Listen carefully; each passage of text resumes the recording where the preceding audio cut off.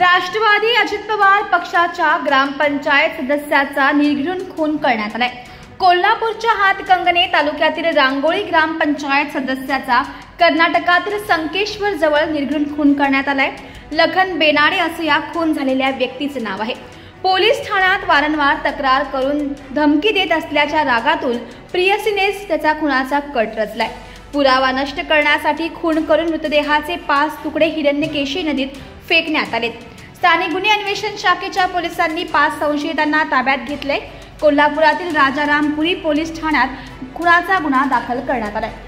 कोल्हापुरातून एक धक्कादायक घटना समोर येते। कोल्हापुरात राष्ट्रवादी अजित पवार पक्षाच्या ग्रामपंचायत सदस्याचा तलवार एडका अशा हत्याराने निर्घृण खून करण्यात आल्याची ही धक्कादायक घटना घडली आहे।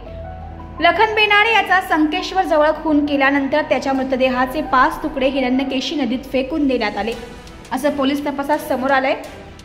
गेल्या 8 दिवसांपासून बेनाडे बेपत्ता झाला होता, तर त्याचा खूनही 8 दिवसांपूर्वी झाल्याची माहिती समोर आली आहे।